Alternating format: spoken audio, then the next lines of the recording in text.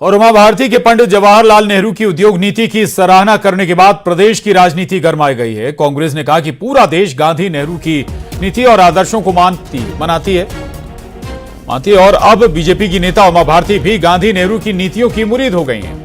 वहीं बीजेपी ने कहा कि सरकार के प्रयासों के चलते प्रदेश में निवेश आया है और बीजेपी के वरिष्ठ नेता अगर कोई सुझाव देंगे तो उन पर विचार किया जाएगा। आपको बता दें कि उमा भारती ने मध्य प्रदेश में उद्योगों के विकास पर सलाह देते हुए कहा था कि देश में विकास के दो मॉडल रहे हैं। पहला पंडित जवाहरलाल नेहरू का, जो उद्योगों के विकास पर केंद्रित था, और दूसरा महात्मा गांधी का, जो ग्रामीण अर्थव्यवस्था और स्वावलंबन पर आधारित था।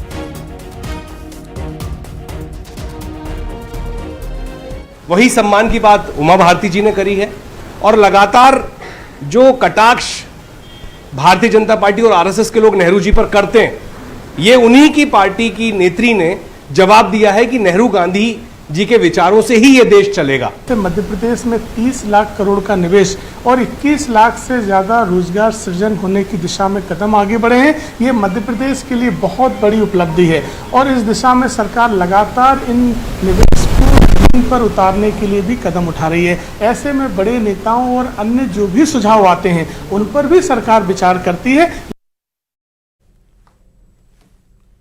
और देश की औसत ग्रोथ से ज्यादा छत्तीसगढ़ आगे बढ़ रहा है। छत्तीसगढ़ के आर्थिक सर्वेक्षण को लेकर ओपी चौधरी ने बयान दिया है। 2023-2024 में राज्य की ग्रोथ रेट 7.31% थी और 2024-25 में छत्तीसगढ़ की ग्रोथ रेट बढ़कर 7.51% होने का अनुमान है, जबकि इस दौरान देश की ग्रोथ रेट 6.37% रही है। वह राष्ट्रीय औसत से ज्यादा छत्तीसगढ़ की ग्रोथ रेट रही। जीडीपी के ग्रोथ रेट में भी छत्तीसगढ़ आगे रहा है। प्रति व्यक्ति आय के मामले में भी देश से ज्यादा ग्रोथ रेट छत्तीसगढ़ की रही है। और इधर अंबिकापुर मेडिकल कॉलेज